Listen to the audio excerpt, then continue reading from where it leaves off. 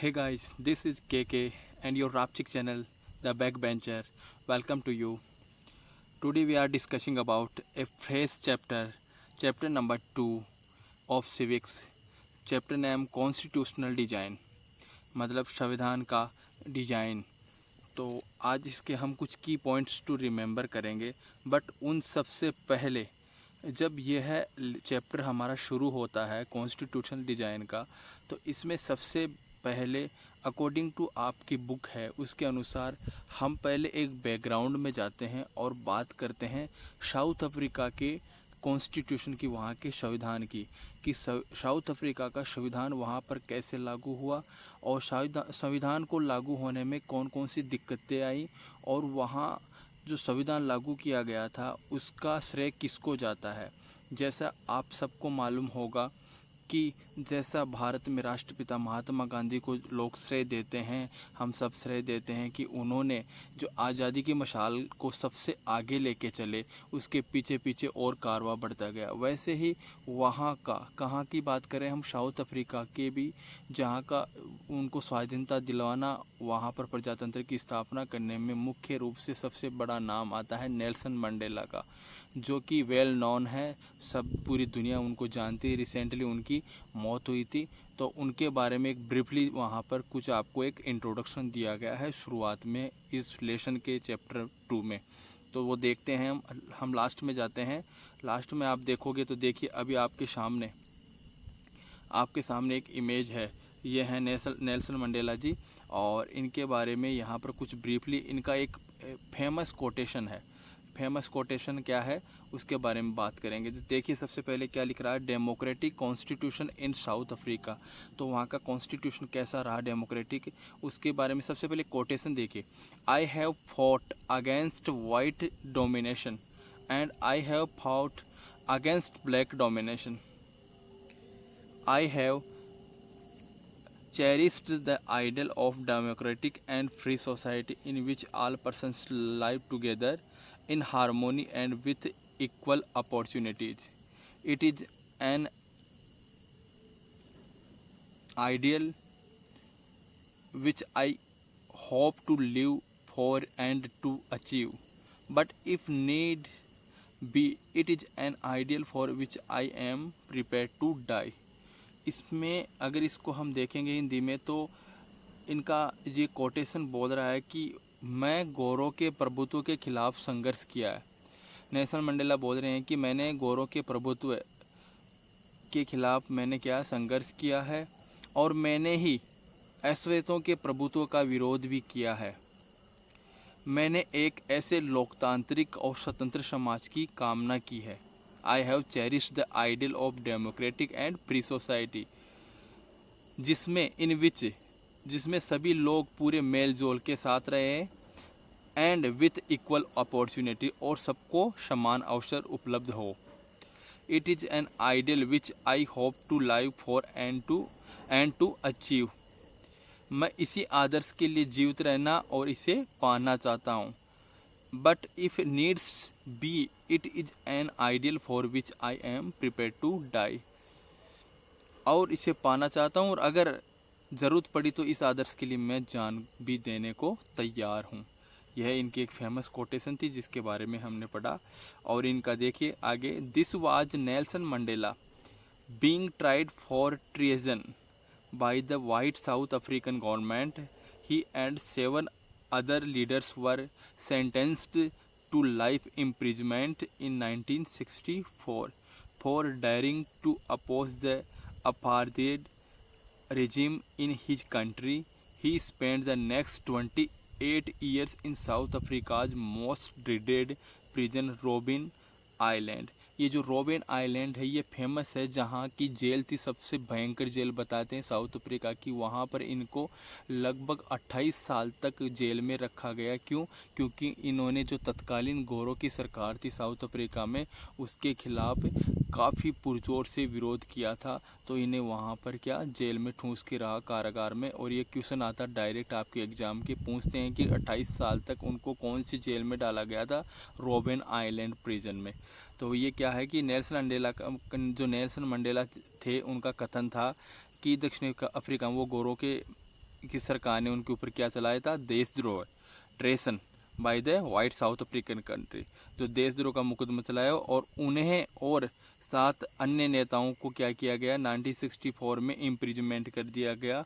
उन नेताओं को क्या कर दिया गया, देश में रंगभेद के चलते आजीवन कारावास की सज़ा, जो आजीवन कारावास होता है उसकी वहाँ पर लाइफ इम्प्रिजमेंट बोलते हैं, उसकी सज़ा सुनाई और उनको रोबेन द्वीप में रखा 28 साल के लिए जेल में। ये हम यहाँ पर जो डेमोक्रेटिक अपना कॉन्स्टिट्यूशन था उसके बारे में पढ़ने से पहले हमने थोड़ा ब्रीफली जाना कि कैसे साउथ अफ्रीका में वहाँ रंगभेद नीति के खिलाफ संघर्ष किया नेल्सन मंडेला ने। अब आते हैं come to the point of India. India के प्रिपरेशन में पढ़ते हैं कि कॉन्स्टिट्यूशन क्या है यहाँ पर, तो कुछ की पॉइंट्स के बारे में जिक्र करेंगे। देखिए, the constitution of a country is set of written rules that are accepted by all people living together। Bharat का जो संविधान है वह एक लिखित संविधान है और वह सभी लोगों के लिए, जो भारत में जितने भी व्यक्ति रह रहे हैं उन सभी के द्वारा वो क्या है, एक्सेप्ट है, उसको स्वीकार भी किया गया है। Constitution is the supreme law that determines the relationship among citizen and also between the citizen and government.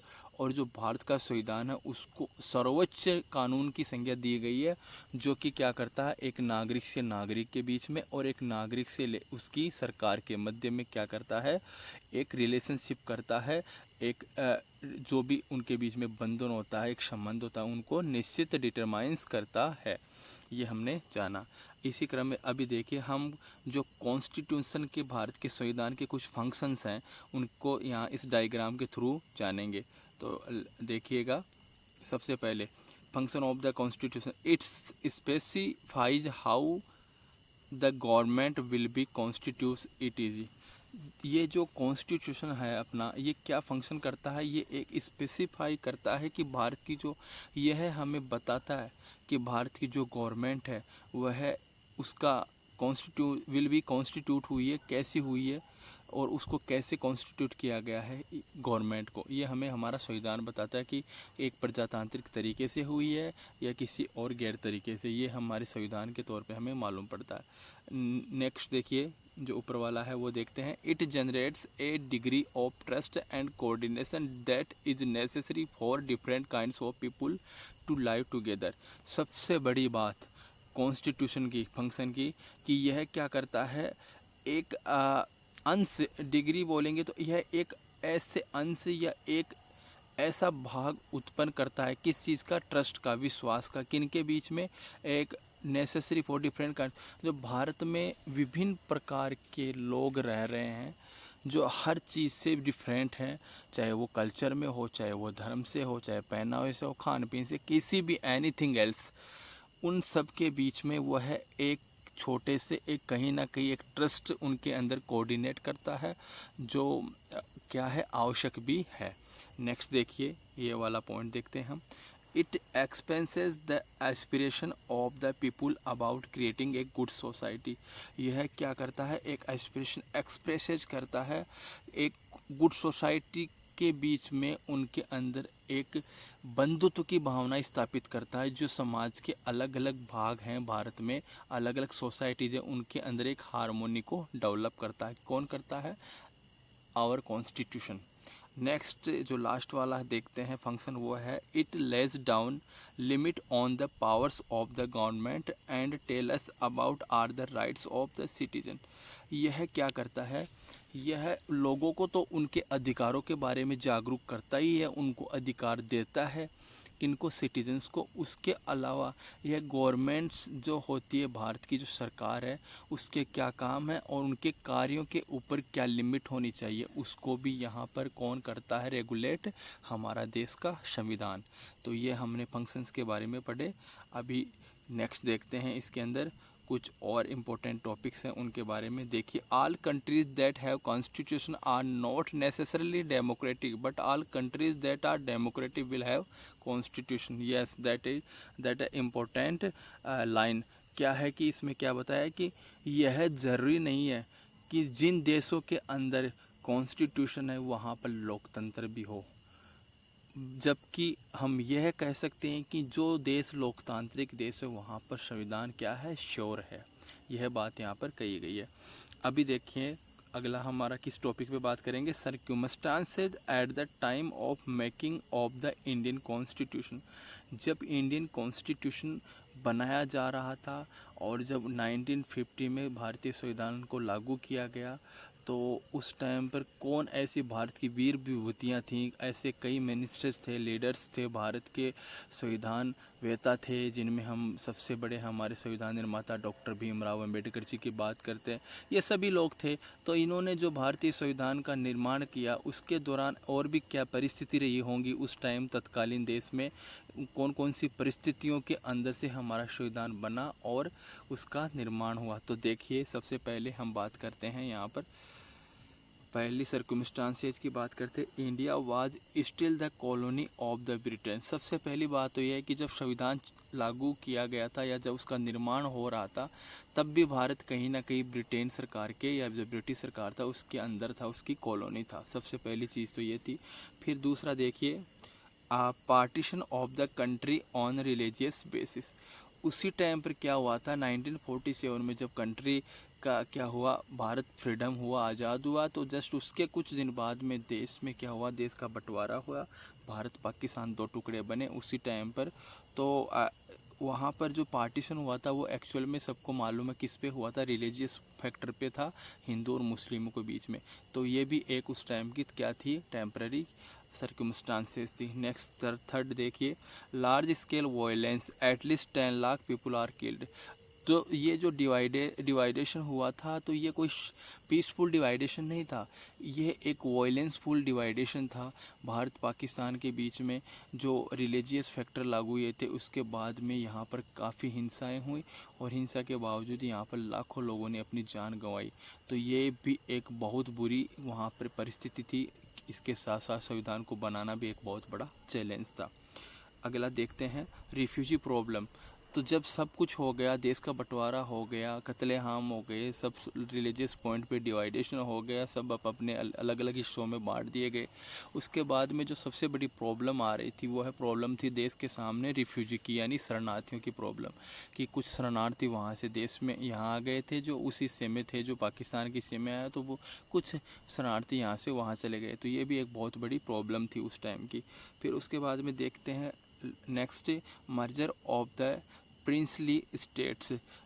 ये भी एक बहुत ही बड़ा चैलेंज मान सकते हैं हम उस टाइम पर भारत के संविधान के सामने, जो उसको बनाने में काफ़ी एक रुकावट साबित हो रहा था। वह था कि भारत के अभी भी बहुत से राज्य जो एक राज्य ना हो के एक रजवाड़े थे और किसी राजाओं के अधीन थे, उन पे किसी न किसी कोई प्रिंस थे, उनके अधीन वहाँ पर क्या हो रहा था, वहाँ का राजकाल या वहाँ पर सरकार चलाई जा रही थी। तो उनको भी भारत में मर्ज करना, भारत के संविधान में उनको मर्ज करना, ये भी बहुत बड़ी एक चैलेंज था। और लास्ट का देखिए, इकोनॉमिकली ए पुअर कंट्री। और सबसे बड़ी बात, जब ये सब कुछ ऐसी हालत हो रही थी तो सीधी सी बात है, श्योरिटी है कि देश की कंडीशन भी काफ़ी खस्ता हो गई थी और भारत आर्थिक रूप से काफ़ी पुअर हो गया था। तो ये सब क्या थे, सर्कमस्टांस थे, जो थी परिस्थितियाँ थी किसमें, तत्कालीन संविधान निर्माण के अंदर। आगे देखते हैं, इसमें कुछ हम और देखते हैं। ये तो सर्कमस्टांसेस की बात की। अब बोलेंगे हम advantage of the makers of the Indian constitution. तो संविधान हमारा बनाया गया तो उसके क्या एडवांटेज रहे, उसको बनाने के बाद में उनके यहाँ पर हम जानेंगे। सबसे पहले देखते हैं हम conscious about what a democratic India should look like. सबसे बड़ी बात, एक जो कॉन्सेस था, एक बात थी जिसको आम सहमति थी कि भारत क्या है, एक डेमोक्रेटिक कंट्री है। ये एक आम सहमति बनी वहाँ हमारे लीडर्स के अंदर कि भारत को हम एक डेमोक्रेटिक कंट्री के रूप में पहचाने जाएंगे और भारत को एक ऐसा हम क्या देंगे, पहचान देंगे। तो ये चीज़ें अब क्या लगने लग गई थी, ये लाइक लगने लग गई थी, ये प्रतीत भी होने लग गया था कि भारत एक प्रजातांत्रिक देश है, क्योंकि यहाँ पर एक स्वतंत्र संविधान लागू हो गया था। दूसरा देखिए, इन 1928 Motilal Nehru and 8 other Congress leader had drafted a constitution for India. Further, Karachi resolution of the Indian National Congress dwelt on how independent India should look like. Thus, the basic values were accepted by most of the leaders before the working of the Constitution Assembly. देखिए ये very important है, ये एक एक point जो आपको बताए जा रहे हैं, यहाँ से डायरेक्ट आपके क्वेश्चन आते हैं कॉम्पिटिटिव एग्जाम के अंदर कि 1928 में जो भारतीय संविधान का एक ड्राफ्ट बनाया गया था, प्रस्ताव बनाया गया था, जो कांग्रेस के लीडर कौन थे, यह प्रश्न आता है 1958 में किसने बनाया था? मोतीलाल नेहरू जी की अध्यक्षता में उनके साथ 8 कांग्रेस लीडर और थे, उन्होंने मिलकर ये बनाया। कितने थे? 8 थे। और लीडरशिप किसने की थी? मोतीलाल नेहरू जी ने। इसके अलावा जो कराची में एक रिजोल्यूशन हुआ था, एक क्रांति आई थी, उसमें ये भी बात की गई थी कि ये जो बात हुई थी कि जो नेशनल कांग्रेस की कि इस हम क्या करेंगे, इसको इंडिपेंडेंट होके, स्वतंत्र होके इसके ऊपर विचार करेंगे। किसके ऊपर? ड्राफ्टिंग जो कॉन्स्टिट्यूशन था, भारत का ड्राफ्ट था, कमेटी आई थी, प्रस्ताव के बारे में था उसका। तो उसके बाद में क्या हुआ था? 10 द बेसिस वैल्यू और एक्सेप्टेड। तो जो बेसिक वैल्यू थी हमारी, जो आधारभूत हमारे सिद्धांत थे, उनको कहाँ एक्सेप्ट किया गया? किसके थ्रू? इन लीडर्स के थ्रू। और किसको बनाने से पहले? कि भारत का जो संविधान बनेगा, भारत की जो वैल्यूज होंगी, यहाँ की जो आधारभूत सिद्धांत होंगे, थ्योरी होंगी, वो सभी संविधान के अंदर मर्ज की जाएंगी। ये सब चीज़ें इन सभी लीडर्स ने मिलकर बात की। किसमें? ये ड्राफ्ट लाए थे। जब कौन लाया था? प्रस्ताव कौन लाया था? संविधान सभा का जो प्रस्ताव था भारत में संविधान का, ये सबसे पहले लाए थे 1928 में मोतीलाल नेहरू जी के बाद। अब आगे देखिए, इसमें थर्ड देखिए, the familiarity with political institution of colonial rule. इसमें क्या था कि सबसे पहली चीज़ कि जो कॉलोनियल रूल थे, हम ऐसा नहीं कि अभी देश आज़ाद नहीं हुआ था, बट अभी उस टाइम पर तत्कालीन यहाँ पर कॉलोनियल रूल था ब्रिटिश का, मतलब ब्रिटिश साम्राज्य के अधीन ही हो रहा था। जो भी हो रहा था तो उसकी देख रेख में हो रहा था। अगर ये बोले तो हम आज़ाद तो होंगे तो, पर वहाँ उसका भी कुछ ना कुछ यहाँ रोल था। तो उसके जो पॉलिटिकल कुछ इंस्टीट्यूट थे उनको फेमिलियर करके ही हमने हमारे संविधान को लागू किया। मतलब हमारे संविधान में आज भी जो ब्रिटिश कॉन्स्टिट्यूशन है, उसकी कहीं ना कहीं हमें छाया या उसका प्रतिबिंब आज भी दिखाई देता है।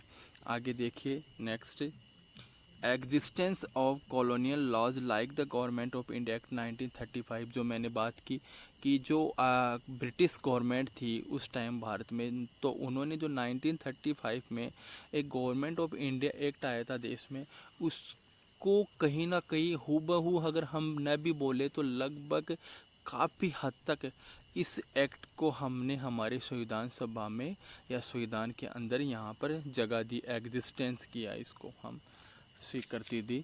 और लास्ट का हम देखेंगे, learning from the various system of the world. और सबसे बड़ी बात, हमारा संविधान पूरे वर्ल्ड से हमने सीखा है। इस संविधान में पूरी दुनिया के संविधानों से हमने अच्छी अच्छी बातों को ग्रहण किया है। आप देखोगे हमारे संविधान में ब्रिटिश हो, ऑस्ट्रेलिया हो, आयरलैंड हो, अमेरिका हो, कोई भी कंट्री हो, लगभग कंट्री हो या कनाडा हो, वहाँ से उनकी जो अच्छी बातें थी उनको हमने हमारे संविधान में जगह दी है। तो ये बात हुई हमारे संविधान के कुछ एडवांटेज की, जो मेकर्स को मिले थे एडवांटेज संविधान को बनाने में। अभी नेक्स्ट देखते हैं इसमें, the constitution of India was written by the constituent assembly comprising 299 members. It was adopted on November 26 1949। ये लाइन डायरेक्ट कई बार आपके एग्जाम्स में पूछी जा चुकी है कि जो पहले हमने बात की थी कि जो ड्राफ्ट लाया था, कौन लाए?